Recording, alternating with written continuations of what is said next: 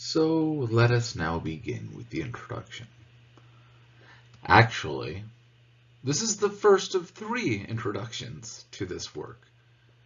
Again, the work has a couple of quotes at the very beginning, setting the stage. It has a note to make sure that we're going to be properly prepared, and then we've got an introduction, and then we'll have a second introduction, and we'll have a third introduction. Again, there seems to be a lot of caveats involved with this work. A lot of trying to set the stage and make sure that while it is a narrative, that we know how we should proceed and what it is that we should be expecting.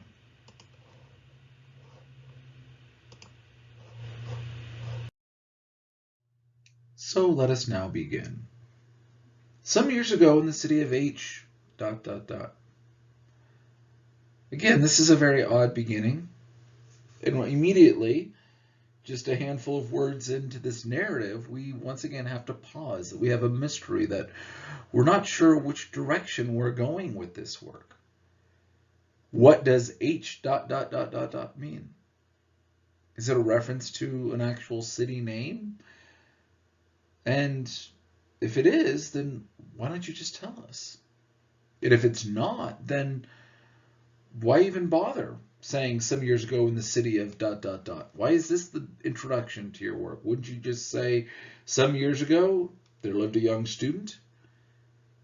But why does he need to be connected and grounded in some city, yet this city is somewhat shrouded in mystery?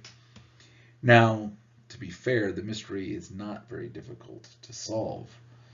H is probably just shorthand here in some ways for the word harbor in English, or Hafina in Latin, the name for Copenhagen, right? Copenhagen, right? The harbor market is there, and so it's a harbor town. It's essentially some years ago in Copenhagen, which is where Kierkegaard is writing this work. So again, it's rather odd that he doesn't just say in Copenhagen, or he's trying to say that this is not real and therefore the real name doesn't matter. And this is all just, again, a narrative.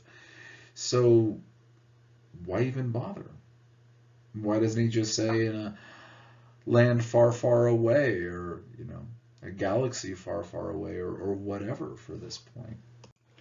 Likely, Kierkegaard's audience knew that H was reference to Copenhagen, but he also wanted to at least hint that this isn't real, that this is a fictitious narrative account.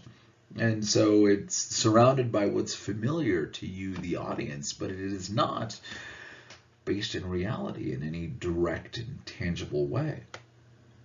So again, we have this weird caveat that doesn't even exist as a full thought or a full caveat, just a beginning that some years ago in the city of, where you know that town that we're all in, that's the one. But I'm not going to say it because this is fiction, and I don't want you coming back and saying, who was this man, or are you this man, or anything else. But again, this is a fictitious account. But some years ago in this city, there lived a young student by the name of Johannes Climacus. Now we also know that this is an absurdity. There was no Johannes Climacus, Saint John of the Ladder, a reference to an actual historical person that lived in Copenhagen. He was born in Constantinople and will live out the majority of his life at St. Catherine's Monastery in Sinai. So why is it that he's putting this historic person in Copenhagen some years ago, recently, not forever ago, and not as he's addressing some distant town or even saying there lived a monk? But no, he starts off as a young student. Again, we have this oddity tied in with all of this at the very beginning. So we also know that this is the name of St. John of the Ladder, that there's a connection to this person, but this is clearly not St. John of the Ladder. Therefore, he can't say some years ago, hang around Constantinople, or even later, St. Catherine's Monastery, etc., etc. So he's recontextualizing this person. He's giving them a new identity, a new life, a new backstory, one that doesn't seem to match much with the actual historical person, and in many ways isn't supposed to, but rather we're supposed to be thinking of this historical person and reimagining either them or some aspect of their thought and their teaching into this work. Continuing, this young student by the name of Johannes Climacus had no desire whatsoever to become prominent in the world. This part would connect with the actual St. John the Latter, inasmuch as, on the contrary, he enjoyed living a quiet, secluded life. Right? We do have this monastic tendency looking at this historic person. Those who knew him somewhat intimately tried to explain his enclosed nature, which shunned all the close contacts with people by supposing that he was either melancholy or in love. You're rejecting everybody else around you. Why are you rejecting everyone around you? Oddly enough, there's two possible outcomes. You're either melancholy, you either don't care and you've given up on life, or you're in love, and therefore you're so singly devoted to one person, one thing, that everything else goes away. You either have given up care, or you're so single-minded with your actual care. And that this is the conclusion. This is where we are.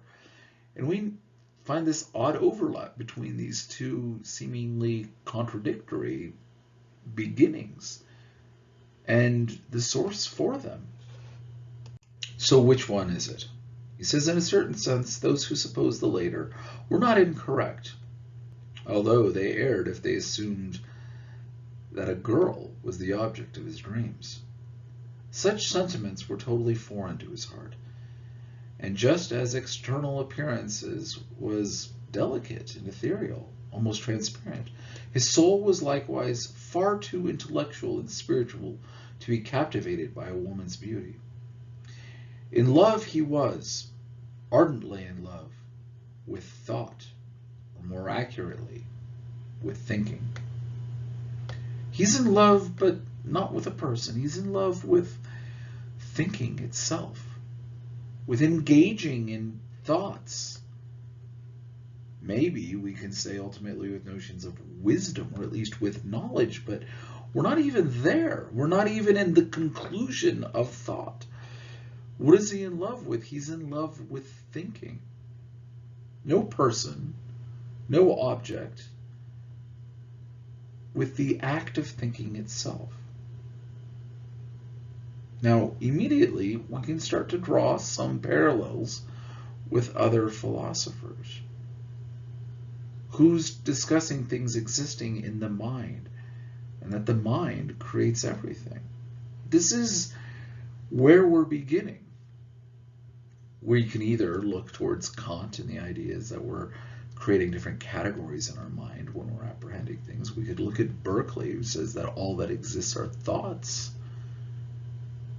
And that might be a little bit closer, but we're definitely engaged in that sort of realm where we're trying to figure out what is thinking and what is the value of that, and can your whole world just be wrapped up in thoughts and not material world around you? And of course, that leads us to other questions about where these thoughts come from, but this is the stage in this narrative that's being set.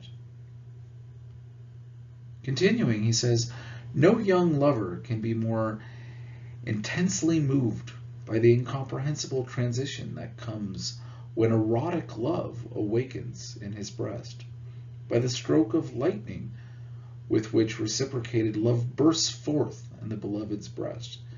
Then he was moved by the comprehensible transition in which one thought connects to another, a transition that for him was the happy moment when, in the stillness of his soul, his presentiments and expectations were fulfilled. Right? This is what he's looking forward to, making these connections, making these intellectual steps. By the way, this is what a lot of us who teach are really excited about. Not necessarily for ourselves, although that's usually a part of it, but when we see it in others, when you've got disparate ideas and you're hearing something, you're going, that reminds me of this, or, oh, that might help explain that. And it's like, yes, you're getting it. The excitement that comes in there, this is making an impact. These connections are starting to be made that before weren't there, right? That this becomes the love of this occupation. And for researchers, for scholars, for those who give papers, write books, etc., they're hoping their audience makes these connections, and they're excited about the connections that they make, and they want to share these connections with everybody else, just like the young one in love wants to share about their beloved with everybody around them, even if they don't particularly care. It's that same sort of excitement, and therefore to talk about this is love. Deep-rooted and having significance is accurate, and this is indeed what we're doing. Down a handful more lines.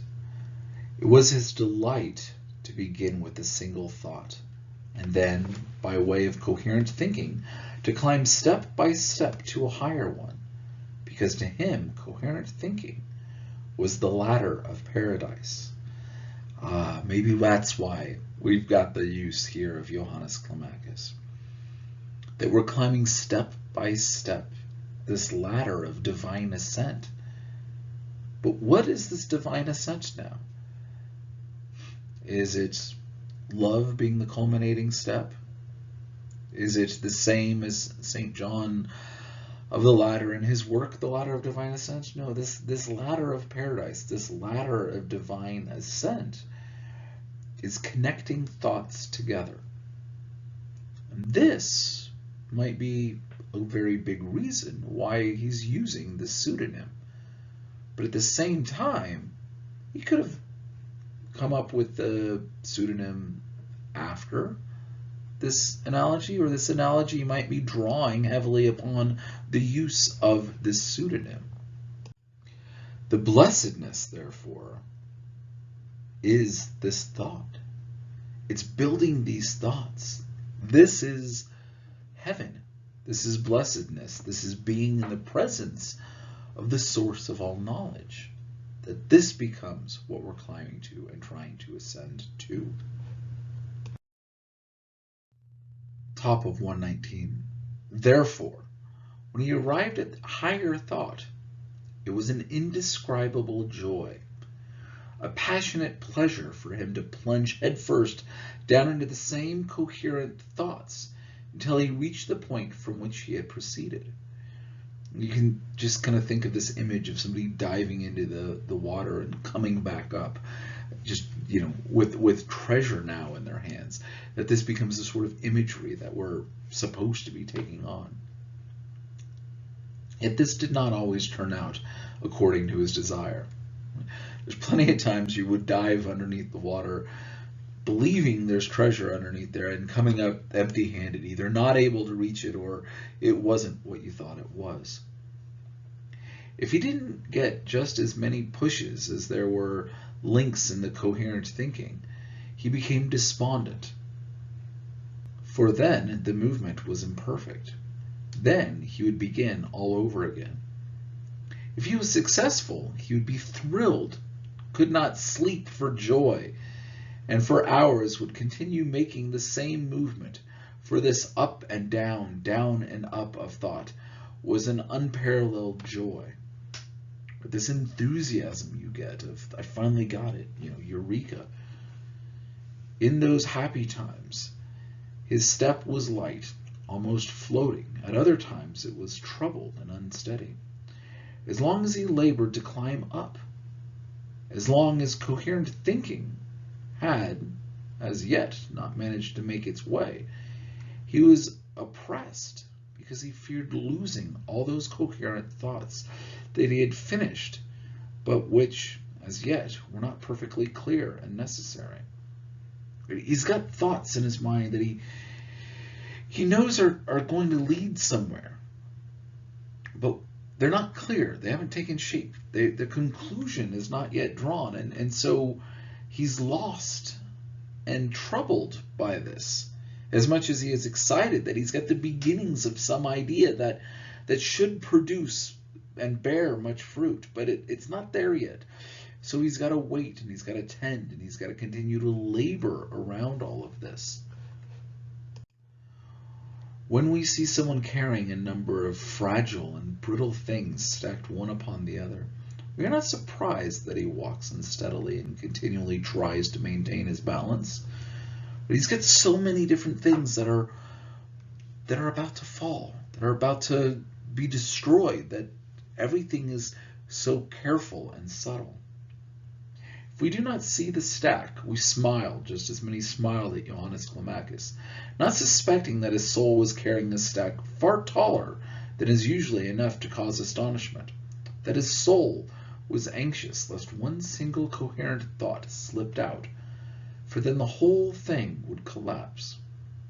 You think of a super high stack of plates or something along these lines that are, right, kind of wobbly, and you gotta make sure you don't drop any of them, but yet every one of them seems precious. And if one gets lost, then the whole stack can go. He didn't notice that people smiled at him, no more than the other times he would notice an individual turn around in delight and look at him when he hurried down the street as lightly as in a dance. He didn't pay attention to people, and did not imagine that they could pay attention to him. He was and remained a stranger in this world. And how many of us, at times, are on our own little world? Our thoughts are all preoccupied on one other thing, maybe the object of our beloved, right? That we are in love with something, and therefore the rest of the things around you are completely just non-existent.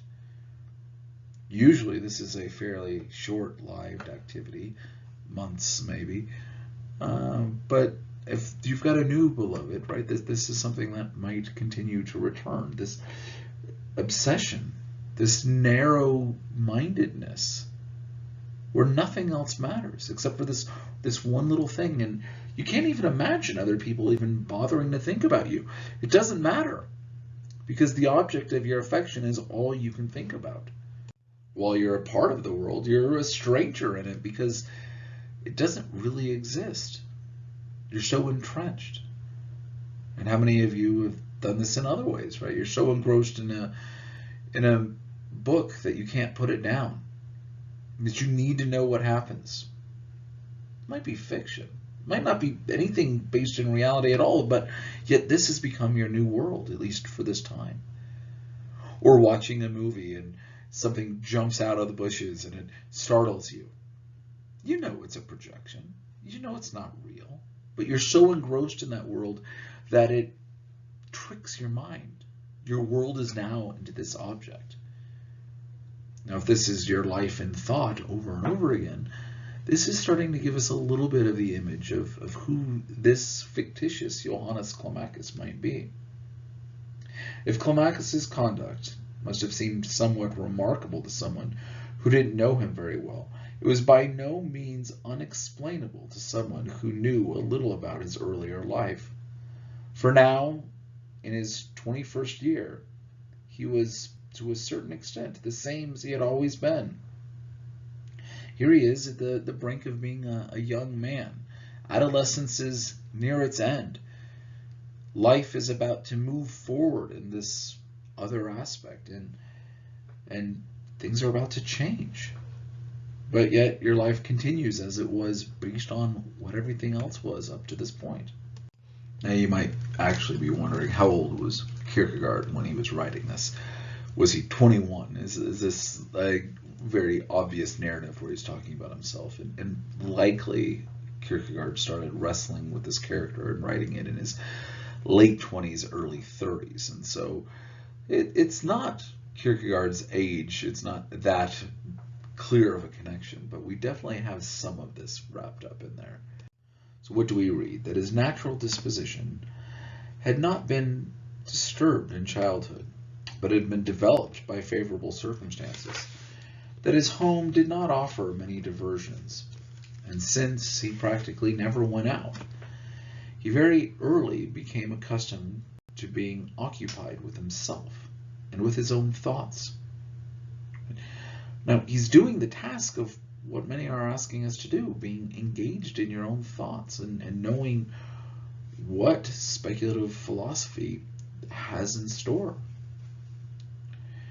We are told that his father was a very strict man, seemingly dry and prosaic, but underneath his rough homespun cloak, he concealed a glowing imagination that not even his advanced age managed to dim.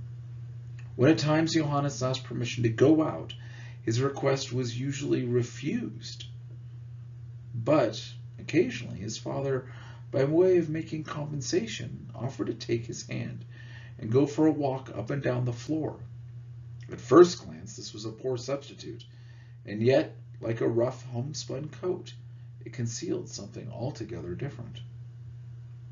The offer was accepted, and it was left entirely up to Johannes to decide where they should go for a walk. They walked through the city gate to the country palace nearby, or to the seashore, or about the streets, according to Johannes's wish, for his father was capable of everything. While they walked up and down the floor, his father would tell about everything that they saw. They greeted the passerby as the carriages rumbled past, drowning out his father's voice. The pastry woman's fruits were more tempting than ever. Whatever was familiar to Johannes, his father delineated so exactly, so vividly, so directly and on the spot, down in the most trifling detail, so minutely and graphically, whatever was unfamiliar to him, that a half-hour's walk with his father, he was overwhelmed and as weary as if he had been out the whole day. Johannes quickly learned his father's magic art, and this is indeed the reason for this story. What is this art? What is it that we're doing? We're having a story of somebody walking up and down the floor. Instead of going out, instead of seeing the world, what we get is the power of imagination. Right? It's based on real memories, it's based on real things, but we're setting the stage that this person, this Johannes Climacus, can have everything exist in thought. They can be in love with thought more than the real world because from a very early age, thought was his real world. That we don't need to do anything else. That these stories are sufficient. We might be thinking back of, Plato and the allegory of the cave and how this is insignificant compared to the broader world that exists outside. But yet we're almost being asked to do the opposite here, of trying to see that it doesn't matter what characters, what shadows we see, but instead what our mind is thinking, what our mind is perceiving, and how this can become more real and more important than the external world that exists all around us. We have to have a character who knows this magical art, who lives in the world of thought. Because if this is indeed what the debate between the empiricists and the rationalists is all about, then we need to know, can everything exist in the mind? Or do other things need to be given to you ahead of time? If Kant and therefore Hegel think that they're creating a synthesis of this world, then we need to know how this world works. And so this character has to be an exaggerated form. They have to be an archetype of somebody who can live entirely in their mind with very little in the realm of sense data. We are told then that what formerly took place as an epic narrative now became a drama. They carried on a dialogue on their tour. If they walked along familiar paths, they watched each other lest something be overlooked. And through the adolescence, through the development of this young Johannes Climacus, he's engaging with this art with his father. He's not just listening to the story, but they're imagining things together. It becomes a dialogue. Oh, have you noticed this? Oh, yes. And by the way, did you pay attention to that? Or, oh, it was behind that tree. Is that so and so? Oh, do you smell the right? And they're engaging and they're drawing these things out. If the path was unfamiliar to Johannes, he made associations. Well, that's odd. You don't know something, and yet you're drawing off of other things that you do know to develop an idea. Now, again, this is very important for this wider debate that we're engaged in, this idea of making associations off of things that you're unfamiliar with, that your imagination is taking over, that it's not just what sense data you have, but that there is a function of the mind engaged in this as well. And the Father, of course, being more excellent than the Son in this, he says that his Father's omnipotent imagination was able to fashion everything. Right? That the Father was able to go ahead and say, let me make these complete. To use every childish wish as an ingredient in the drama that was taking place. For Johannes, it was as if the whole world came into existence during the conversation. Again, we should pause at that. The whole world is coming alive in this conversation. The whole world comes into existence with thought. That all that exists are thoughts. And all that gets relayed between one person and another are thoughts. You should have some very clear images of Berkeley right here, and connections being made at this point. As if, he says, his Father were our Lord, and he himself, his favored one, who had permission to insert his own foolish whims as hilariously as he wished. For he was never rebuffed, and his Father was never disturbed. Everything was included, and always to Johannes' satisfaction. But this is where the world comes in, and this is how we proceed. Continuing with the first paragraph of 121. While life in his paternal home was contributing to this way, to the development of his imagination, teaching him to relish ambrosia, the education he received in school was in harmony with this. Right? That there's some sort of beauty in this education moving forward. The sublime authority of Latin grammar and the divine dignity of rules developed a new enthusiasm. Greek grammar in particular appealed to him. It's also probably important, a quick note, that Kierkegaard himself preferred Greek and really enjoyed Greek grammar as such. Because of it, he forgot to read Homer out loud to himself, as he usually did, in order to enjoy the rhythms of the poem. The Greek teacher presented grammar in a more philosophical way. That there's a certain philosophy in this language, and we should probably make a connection here with Peirce and his notions of pragmatism, that language itself is what dictates the truth, and we can draw this connection as well. One is explained to Johannes that the accusative case, for example, was an extension in time and space, and that the preposition does not govern the case, but that the relation does. Everything expanded before him. The preposition vanished. The extension in time and space became like an enormous empty picture for intuition. Once again, his imagination was engaged, but it was a way different from him. What had entertained him on the waking hours, walking tours with his Father, was the filled space into which that he could not fit snugly enough. His imagination was so creative that a little went a long way. And here again is one of these claims of the empiricists being highlighted and drawn forth in the middle of 121. Outside the one window in the living room grew approximately 10 blades of grass. Here he sometimes discovered a little creature running among the stems. These stems became an enormous forest that still had the compactness and darkness the grass had. Instead of the filled space, he now had empty space. He stared again, but saw nothing except the enormous expanse. Right? Perception changes how you see things.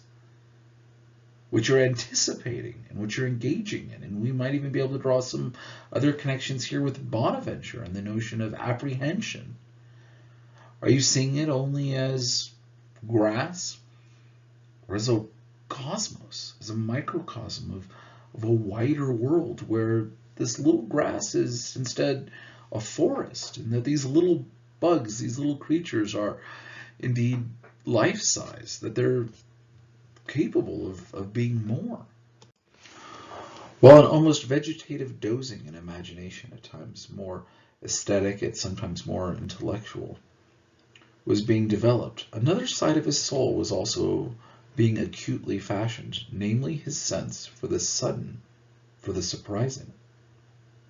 This came about not through the magic means customarily used to keep children spellbound, but by means of something far superior. His father combined an irascible dialectic with an omnipotent imagination. We might look at this dialectic and the value of this discussion, of this kind of leading something along the ways and using your imagination to help precede that. Whenever his father, on occasion, in an argument with someone else, Johannes was all ears, all the more so because everything proceeded with an almost festive formality. His father always let his opponent say everything that he had to say, and, as a precaution, always asked him if he had anything more to say before beginning his response. And here, like a good dialectic, you're going to tease out all of these informations. We can see this sort of formula already in works of people like Aquinas, right? Here's the objections. Objection, objection, objection. All right. On the contrary, I answer this. And now I'm going to have replies to your objections. Boom, boom, boom, right? That there's this very logic and ordered way of both announcing the questions and the concerns as well as engaging with the response. Johannes, having followed the opponent's case with keen attention, had in his own way a co-interest in the outcome. Then came the pause. His father's response followed, and look, in a twinkling everything was changed. How it happened remained a riddle to Johannes, but his soul delighted in this drama. The opponent spoke again, and Johannes listened even more attentively, lest he lose the thread of thought. The opponent summed up his argument, and Johannes could almost hear his heart beating, so impatiently did he wait to see what would happen. It did happen. In an instant, everything was turned upside down. The explicable was made inexplicable. The certain doubtful, the opposite, was made obvious. Right? That this becomes the good use of dialectic. We see this throughout the Middle Ages when they are using this and engaged in it. We saw this with Anselm. We saw this with Abelard. We saw this with Lombard, with Aquinas. Right? That this use of back and forth, of presenting an argument and then showing how you were incorrect with your assumptions up until that point. And so we have this use of dialectic here. When a shark wants to snatch its prey, it has to turn over on its back since its mouth is on the belly side. And its back is dark, its belly silvery white. It is said to be a glorious sight to see this shift in color. It is supposed to gleam so brightly at times that it almost hurts the eyes, and yet they take pleasure in seeing it. Johannes witnessed a similar shift when he listened to his father argue. He forgot what was said by both his father and the opponent, but he never forgot this thrill in his soul. In his life at school, he had similar experiences. He saw how one word could change a whole sentence, how a subjunctive in the middle of an indicative sentence could throw a different light on the whole. The older he grew, the more his father involved him with him, and the more he became aware of that inexplicable quality. It was as if his father had a secret understanding of what Johannes wanted to say, and therefore in a single word could confuse everything for him. When his father was not acting just as a critic, but was himself discouraging on discoursing on something, Johannes perceived how he went about it, how he went step by step, arrived at what he wanted. He began to suspect that the reason his father could turn everything upside down with a single word had to be that he, Johannes, must have forgotten something in the step-by-step process of thought. Right? That you all of a sudden find that a different outcome has come up. What did I miss? What are these steps along this way? Right? Good dialectic does this, as you've encountered with the works of others.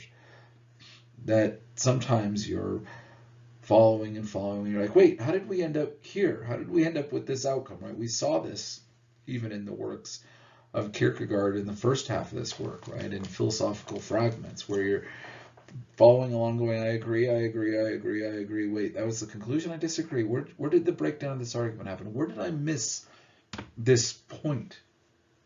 And this is, of course, what should be done by a good dialectician.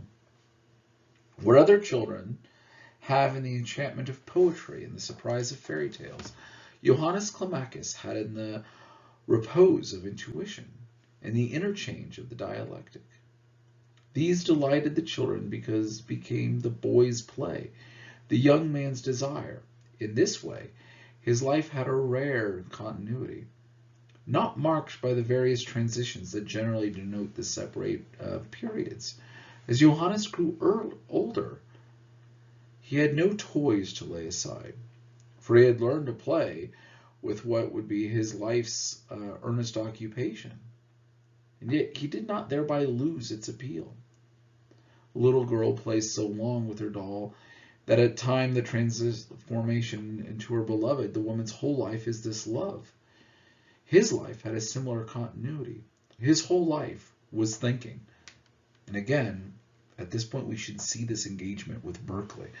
This, all right, if the whole world is wrapped up in thought, Johannes is this perfect test case. He is this perfect character.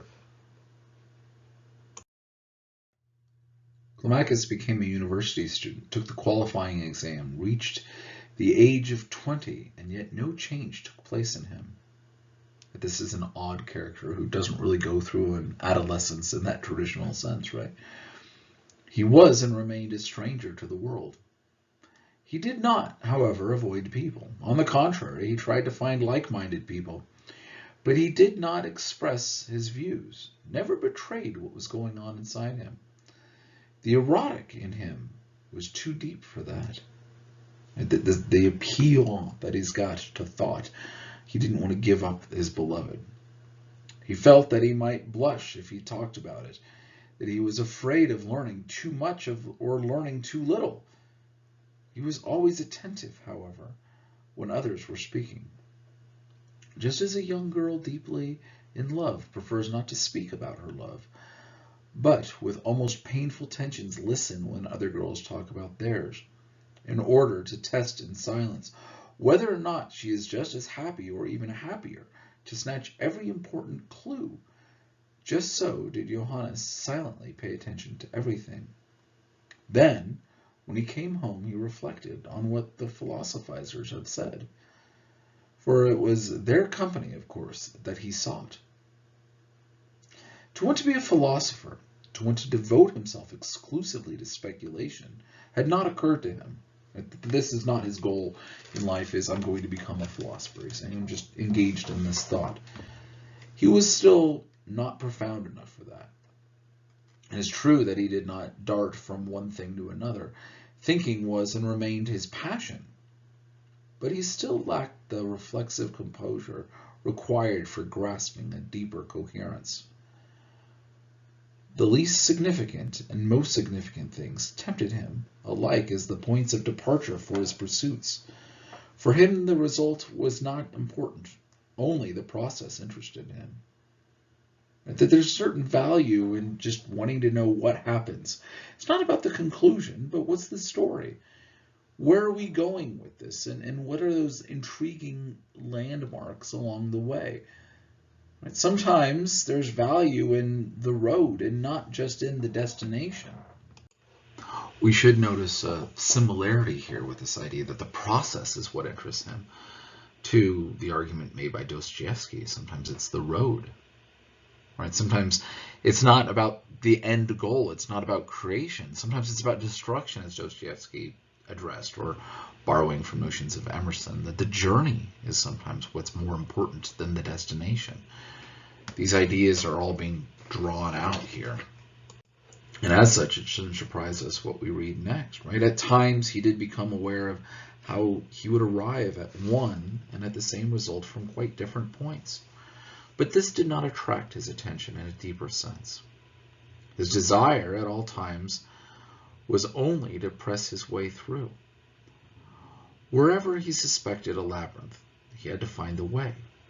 Again, it's this journey metaphor becomes very important. And again, we might even draw notions of Dostoevsky of maybe this is going to be destroyed along the way. Maybe we love destruction as much as we love creation itself, that the process, the idea that it's going somewhere, has certain weight and value. If he ran into difficulty, he tried, of course, too early. He usually resorted to a very simple remedy. He would lock himself in his room, make everything as festive as possible, and loudly and clearly say, "I will do it." Right? He confirms in his mind that he is going to do this. From his father, he had learned that one can do what one wills, and his father's life had not disproved this theory. This experience had given Johannes' soul an indescribable pride. This idea that you can accomplish anything that you decide you're going to accomplish, right? That you have the power to do so.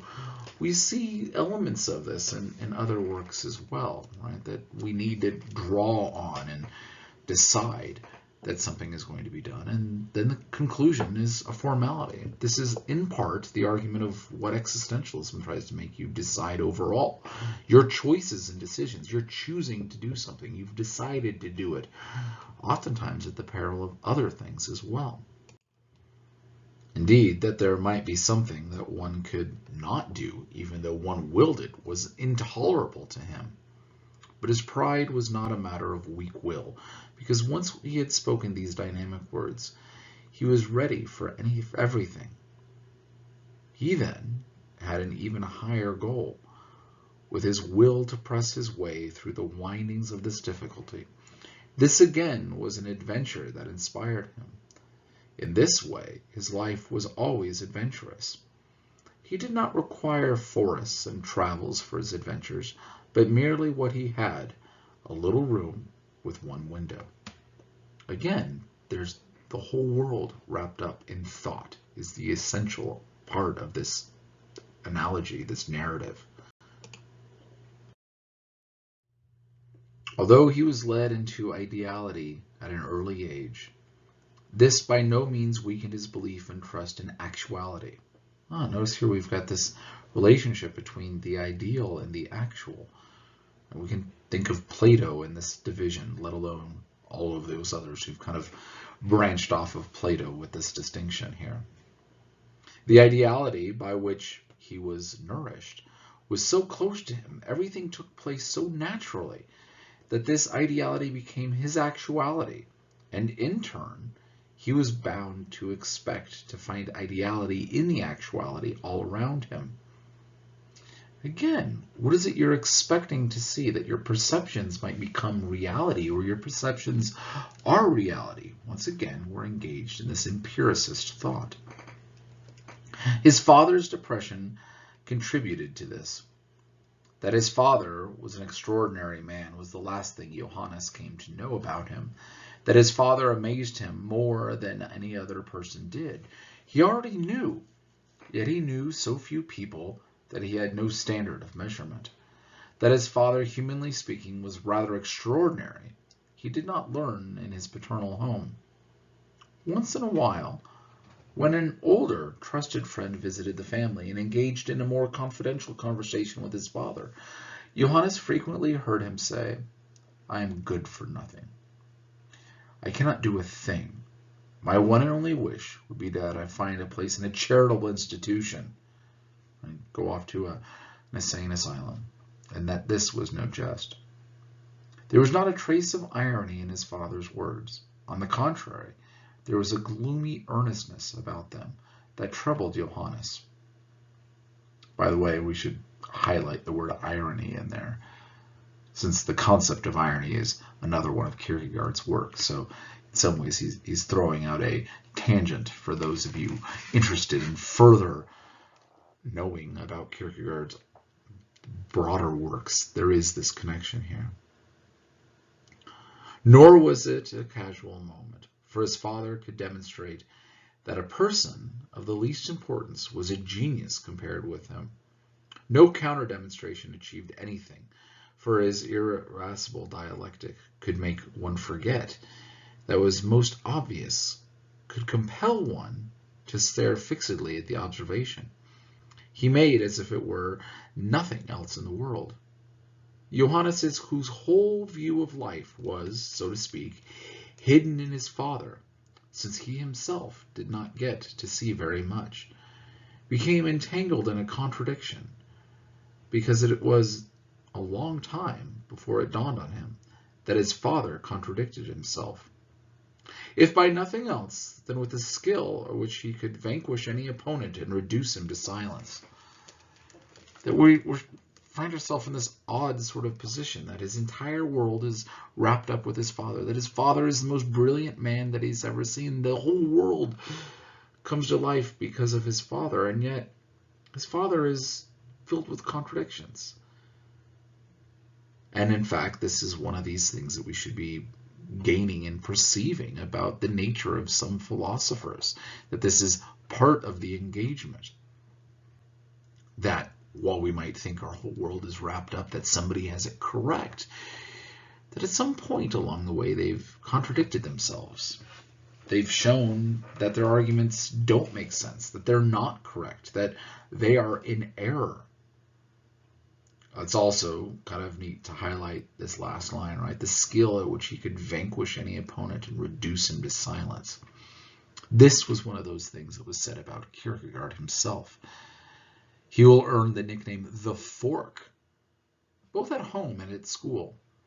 At home, it was usually because he wanted the last bit of food and would jab at it with his fork before his brother and sisters could get to it.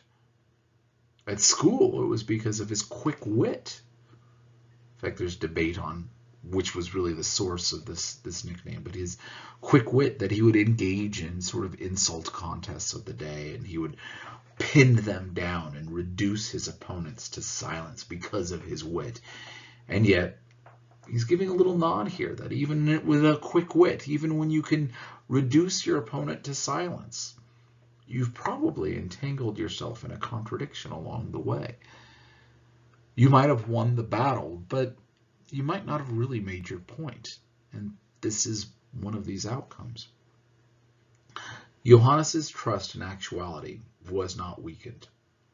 He had not imbibed ideality from his books that do not leave those they bring up ignorant of the fact that the glory they describe is nevertheless not found in this world.